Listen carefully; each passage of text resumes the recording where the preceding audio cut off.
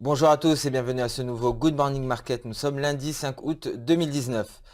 Alors, jeudi dernier, Donald Trump relance la guerre commerciale en annonçant de nouveaux tarifs douaniers de 10% sur les 300 milliards de produits chinois restants.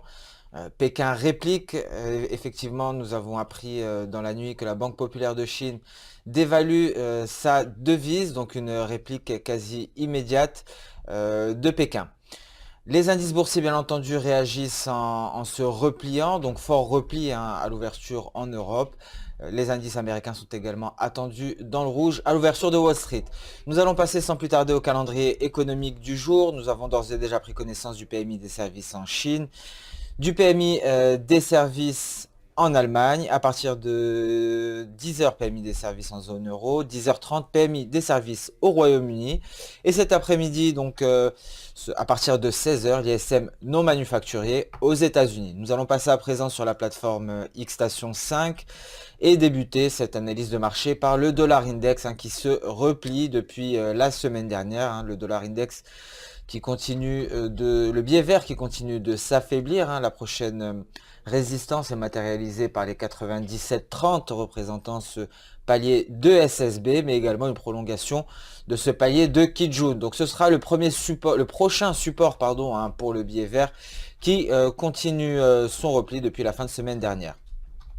Ce repli du biais vert se traduit par un rebond de l'euro-dollar. Je vous rappelle que l'euro-dollar était venu chercher du bout de sa mèche inférieure les indices 30, profitant de ce support majeur pour effectuer son rebond et venir dans un premier temps tester son niveau de Tenkan à 1,1110. Actuellement, la Tenkan est en cours de franchissement.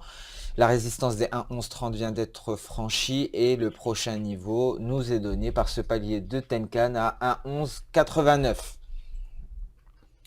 L'USD-Yen se replie fortement. Je vous rappelle qu'il y a un regain de l'attrait du Yen, le Yen étant considéré comme une valeur refuge. Alors effectivement, depuis la montée de la version risque sur les marchés, l'USD-Yen ne cesse de se replier. L'USD-Yen qui n'est pas le seul à avoir vu son attrait augmenter suite à cette escalade des tensions. Nous avons également assisté à une flambée des cours de l'or et nous en parlerons plus dans le détail lors de la revue sur les matières premières. Nous allons passer sans plus tarder sur les indices boursiers. Nous allons débuter par le DAX en fort repli à l'ouverture. Un DAX qui a franchi les 11 860 dès l'ouverture des marchés européens. Un DAX également qui a franchi son support à 11 675. Le prochain support pour l'indice allemand est représenté par les 11 557 points, un niveau qui représente une prolongation de palier de Kijun qui devrait être le premier objectif à la baisse pour la séance. Le CAC 40 également qui accuse d'un net repli en gap clairement baissier et très proche de son prochain support à 5230 points. Les 5300 n'ont pas tenu à l'ouverture et donc le CAC 40 dans un premier temps pourra aller chercher son premier support avant d'aller chercher le second si le premier venait à être franchi. Même topo pour les indices américains qui se replient, un net repli ici pour le S&P 500 qui vient tester le haut de son nuage qui pourrait venir chercher ici le niveau des 2865 points environ, 2866. Son prochain niveau de support sera donné par les 2846 points.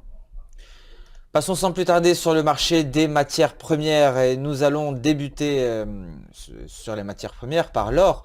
L'or effectivement qui franchit ici un niveau de résistance majeur à 1450, la progression de l'or qui se poursuit, donc valeur refuge, les investisseurs se ruent vers les actifs sans risque et donc les valeurs risquées sont shortées, je pense bien entendu au marché actions et donc aux indices. Donc progression ici de l'or à la hausse sur des niveaux qui n'ont pas été atteints, il me semble, depuis 2013.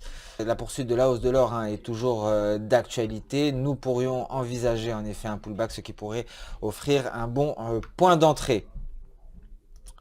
Le pétrole, suite à un net repli, hein, le 1er août, a tenté de rattraper ses pertes, hein, malheureusement.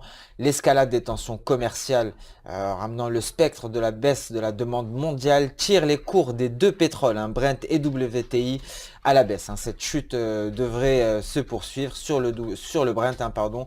Le prochain objectif nous est donné par les 59,50 $, représentant un retracement de 61,8% de Fibonacci, retracement de la précédente hausse initiée le 22 décembre 2018. Le café, quant à lui, se replie à l'ouverture, initiant une sortie de nuage par le bas. Le SDBRL ne cesse de progresser à la hausse et teste actuellement un niveau de résistance majeur. Si cette résistance est franchie, le SDBRL se placerait à l'intérieur de son nuage et donc pourrait pousser le café encore plus, pourrait enfoncer le café à la baisse, un café qui pourrait franchir le niveau des 96,67 $. Alors vous l'aurez compris, hein, ce qui pèse actuellement sur les cours du café, c'est la hausse de l'USD BRL, hein. Nous allons constater cette corrélation graphiquement en superposant les prix. Alors effectivement, lorsque l'USD BRL part à la hausse, le café devrait partir à la baisse, hein. C'est une corrélation négative entre le SDBRL et le café. Je vous rappelle que le Brésil est l'un des plus gros producteurs d'Arabica. Donc un café qui est tiré à la baisse par la hausse de l'USD BRL. Le niveau que nous gardons sous surveillance est représenté par les 96,81. Ce Good Morning Market touche à sa fin. Je vous remercie d'avoir suivi avec attention. Je vous donne rendez-vous dès demain pour un nouveau point marché.